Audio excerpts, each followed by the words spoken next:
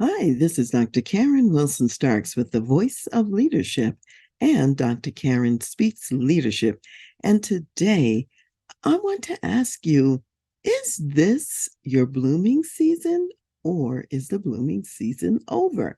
And what made me think about this, even as we're about to change seasons right now, is that I got an orchid plant several months ago from a dear first cousin and his wife. And what they didn't know is that I'm probably one of the most horrible people with plants. And I didn't want it to die. And I loved it. It was so beautiful. I love flowers. And those of you who know me know I have clothes with lots of flowers on them. I wear flowers in my hair. So I'm a big flower person. I'm just not a great horticulturist myself. And so I really wanted to keep this orchid alive. And so I studied up on it a little bit to figure out what would be the best approaches and so on. And I'm happy to report that the orchid bloomed for about 3.5 months. And the growing season and cycle is such that you might get to keep the blooms for about anywhere from 2 months to 4 months. So for me, that was great because I was almost at the 4 month mark in terms of how long I kept this orchid going. And it really got me to thinking about other lessons that we can learn from orchids and whether they're in bloom or not, and what is the application to business. So that's what I'm really going to talk about today. When an orchid is in bloom, there are various ways you take care of it. First, they like it mild, they like it warm, they like it humid, somewhere between 50 and 90 degrees, and usually more like 70 degrees would be great, and maybe 40 to 70% humidity. So already this summer, it was close to 100 degrees when I was dealing with this orchid, and we don't have very much humidity here in Colorado, so it wouldn't be maybe ideal conditions with low humidity. Now, orchids don't like a whole lot of water. They don't want to be drowned in water. They like very little water. So if you've got a 5 or 6 inch pot for your flower, you would put about a fourth of cup of water in there once a week as a maximum in general. And what some people do is they actually use ice cubes. And about 3 ice cubes is equivalent to about a fourth a cup of water. So, depending on how big the plant is, will determine how much water you need to put in there. Now, you want to put the ice cubes in the soil and the other material that's in the pot, though not on the leaves. You don't want to freeze the leaves, you're just using it as a water source. Now, also, orchids like indirect light, not real direct light. So, if you have a place that's eastern facing or southern facing, that's probably perfect for an orchid. Western might be a little bit too hot, and north might be a little bit too cold. Now, when you water the plant, you want to water it thoroughly and also drain it thoroughly so that the water is running out of the bottom and not pooling anywhere, because you don't want the roots to start to rot or to mold.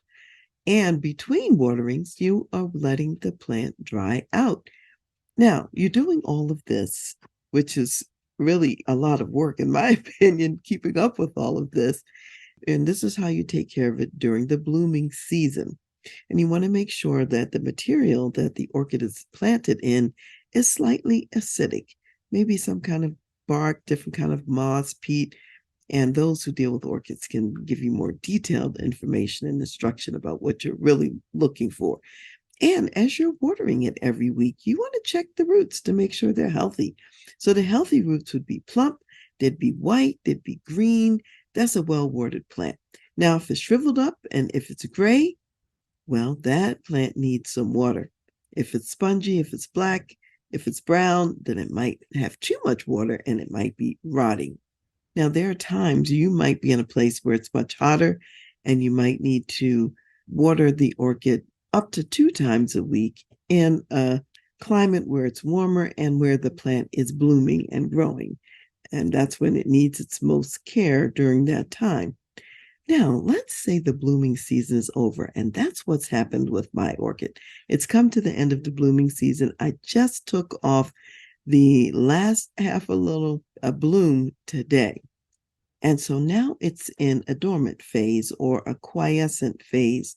And I say that because all the rest of the time, as one flower would fade out, another flower would come in, and it just kept blooming and kept blooming and kept blooming in that way.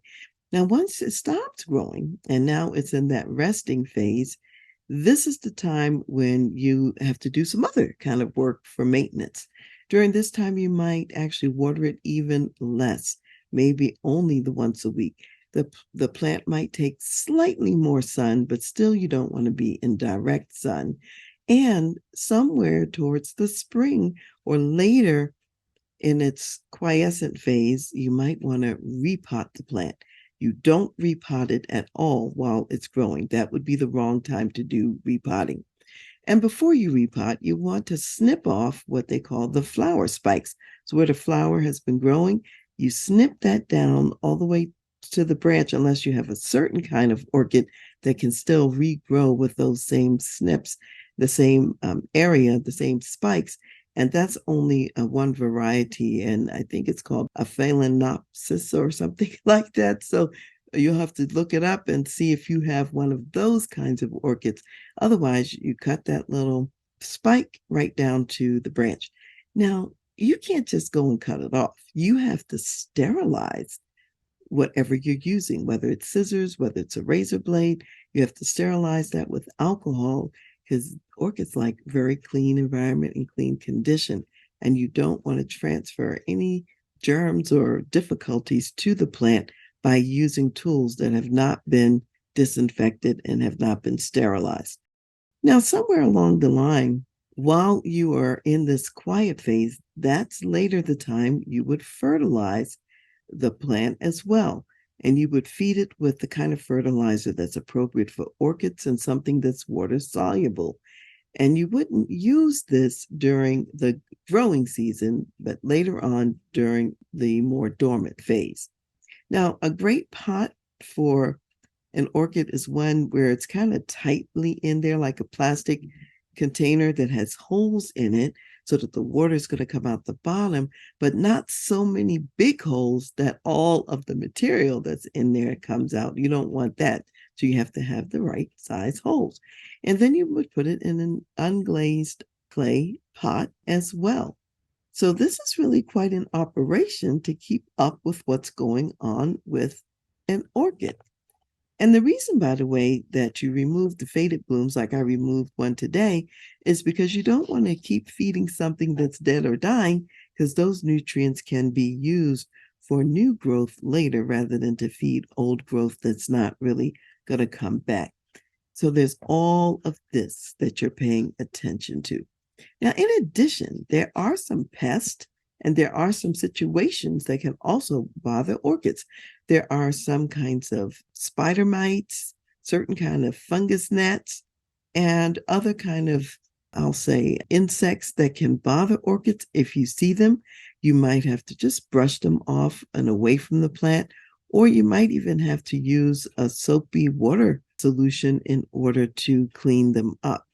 Or you might use a little bit of neem, which is kind of like a health food oriented thing. It's sort of like a disinfectant, if you will, natural sort of disinfectant as well. So, what you're looking for during all this time is you're looking for any challenges or difficulties, like if the leaves start getting brown or black spots or other kind of problems, it could mean that it's got a virus.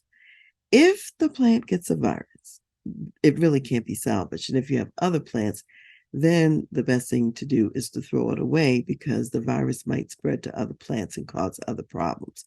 Bacteria, you can also treat sometimes if it gets a bacteria, but they're very finicky if they get any of these things. So pay attention. If it has yellow leaves, you might be over watering it. It might be getting too much water. And look for stress. So, for example, let's say the buds come out for the flowers, but then it doesn't bloom. Again, there may be some stress, maybe too much water, maybe not enough water, maybe it doesn't have enough sunlight. It's in a place that it doesn't thrive in, doesn't care for. And if you've got your plant in a place that's good for it, in that case, you can get blooms up to twice a year with your orchid. Now, a lot of people don't go through all this work. They'll just throw it away, buy a new one when it's in a blooming season. However, if you want to keep it, these are some things that you can do. Now, if it's showing these signs of stress, you might have to reduce the temperature for a couple of nights in order to get it to bloom. And you might have to again change the lighting or the food that you're feeding the plant, or do something different that gives it a better environment for your particular orchid. And if you need to increase humidity, you might also keep it on a bed of moistened pebbles to increase humidity. But again, remember, you're not putting it in water, you're not letting it sit in standing water or get rotted out or molded at the bottom in any way. Now, one thing to remember with orchids is even though they're not blooming in the season and they can look kind of unattractive or boring or like nothing's happening, this dormant period is part of the natural growing cycle. And there are even some bulbs they call back bulbs that remain green on the plant. However, those are no longer going to produce the leaves and flowers themselves.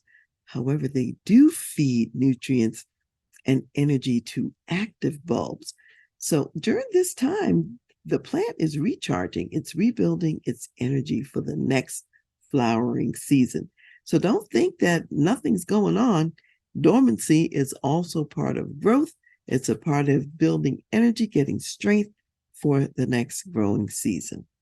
Now, when I think about this in terms of your company or your organization and what you're trying to grow and what you're trying to create in your company, I see several things maybe to pay attention to and to just think about what the parallels are. So, for one thing, you have to, with orchids and with companies, you have to stop, you have to inspect the plant, inspect the company, see what's going on, observe and pay attention.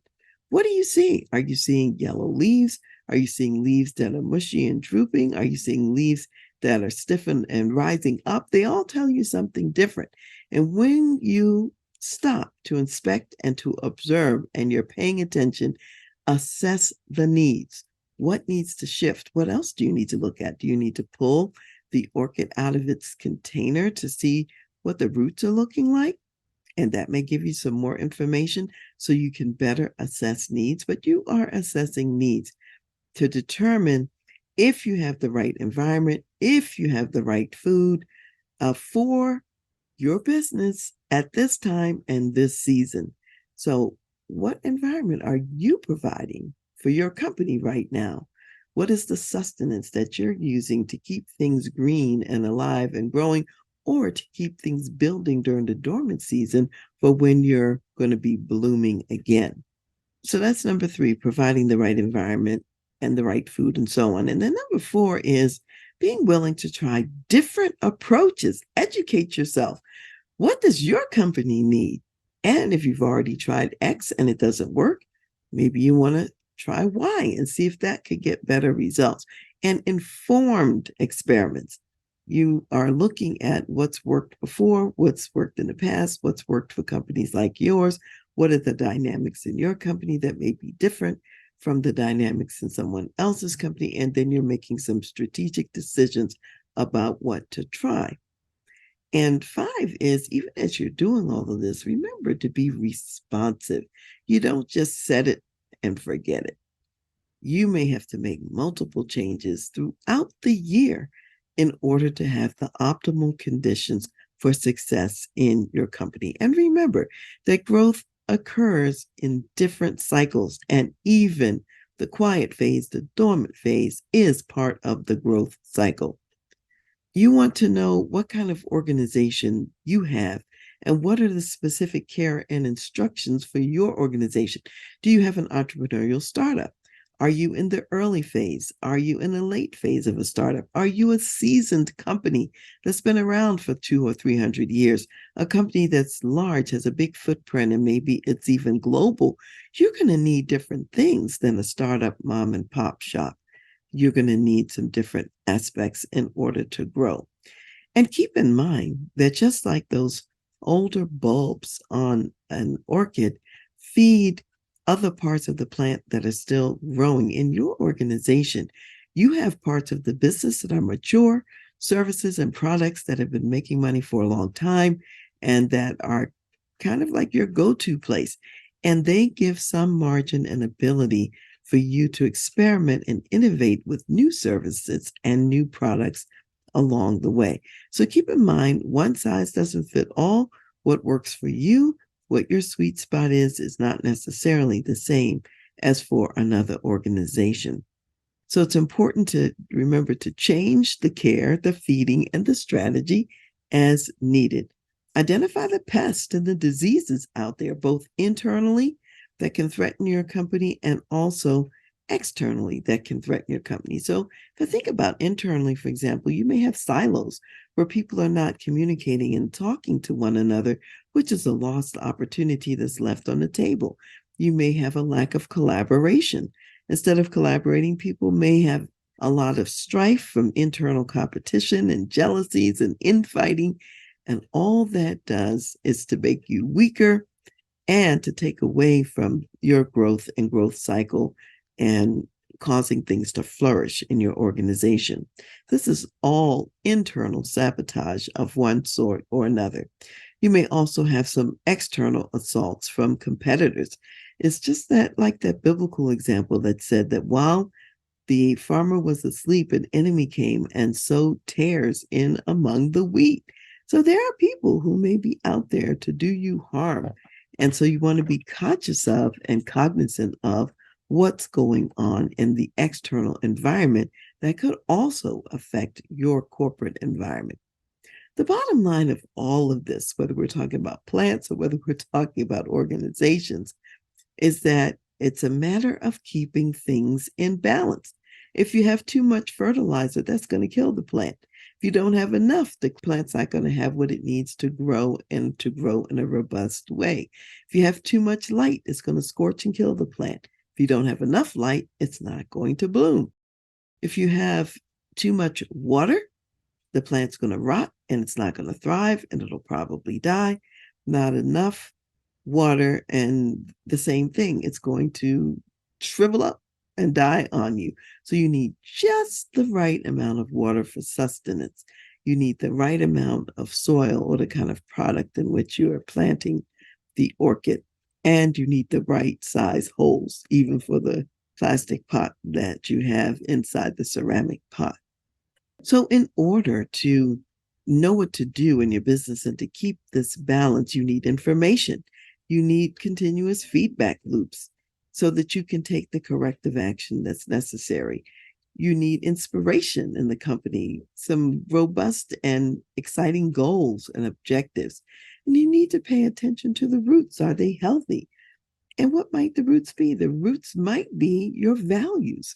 What are the values that the company stands by and that you want all team members to really live by in the workplace? Perhaps part of your root system is your history, your heritage.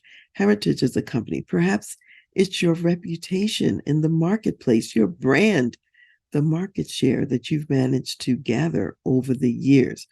So there are a lot of levers and a lot of gauges that you are looking at to assess and ascertain the health of your business and your company, even as it's continuing to grow, whether in a flourishing stage of growth, the flowering stage, or a more dormant and preparatory stage of growth. So when we think about the orchid, there are parallels to your business, to your company, and there are also parallels not just at the big picture company level, also at the individual level of the people in your organization. So when I think about the individual application, I'm thinking about the seasoned workers who are there and who actually come alongside the newer employees to do knowledge transfer, to share wisdom, and to help develop the next generation and to increase that bench strength and to engage in the succession planning process. So there's a reason that those seasoned people are there. Even if some of the younger people can work circles around them now, they still have valuable input that the younger worker can use and needs in order to save time and energy. You also want to look at the individual level. What does development look like for each person on your executive team? Who needs what? When do they need it? And how much? Just like every orchid is different, every person in your organization is different.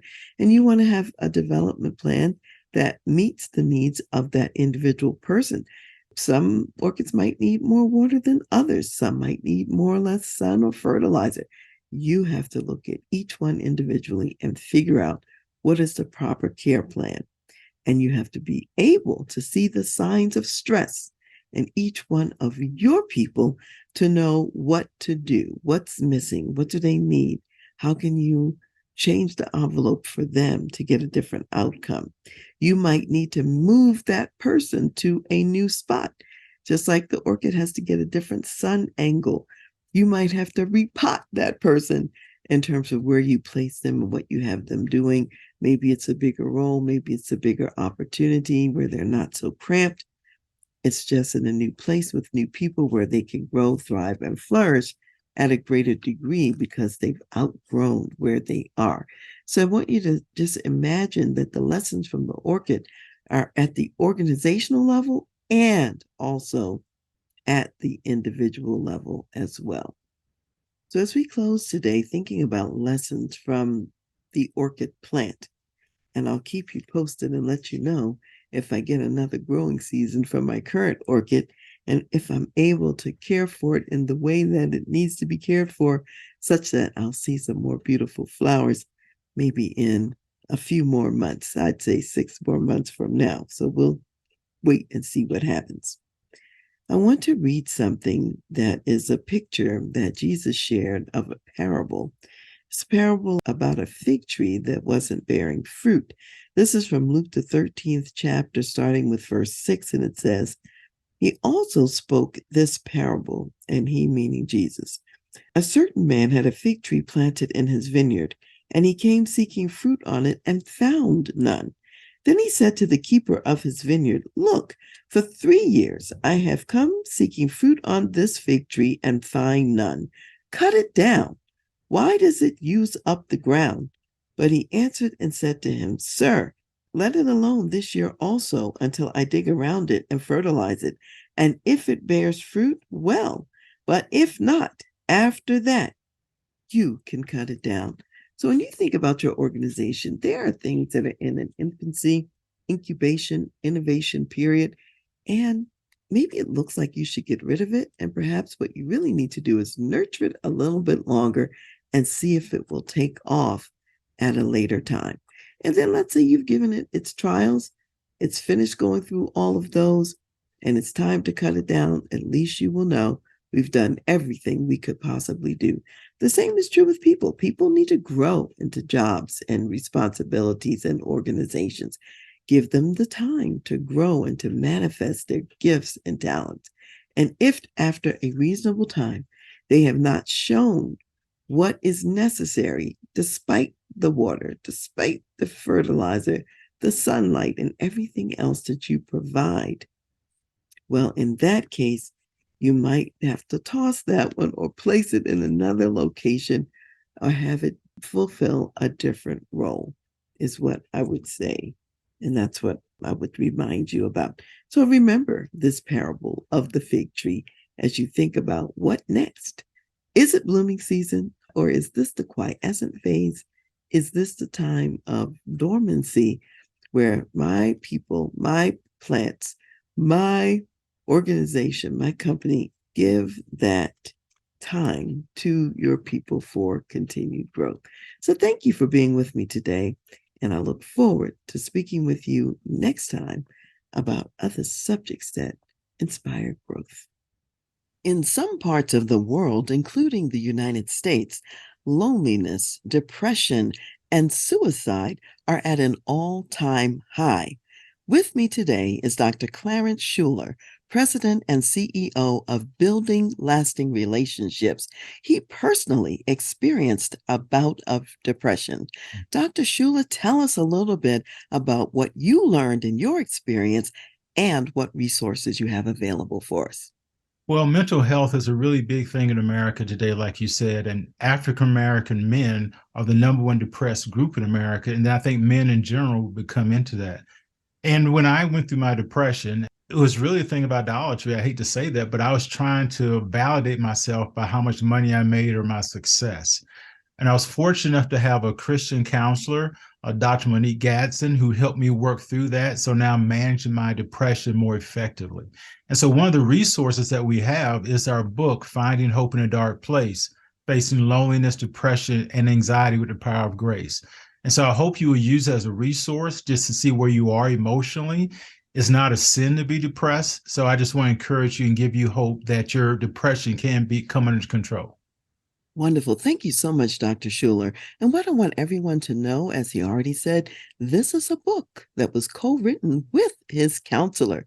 So it is the real deal. If you want to know more about the book or more about services that are available to deal with depression and loneliness, go to drclarenceschuler.com. That's clarenceschuler.com.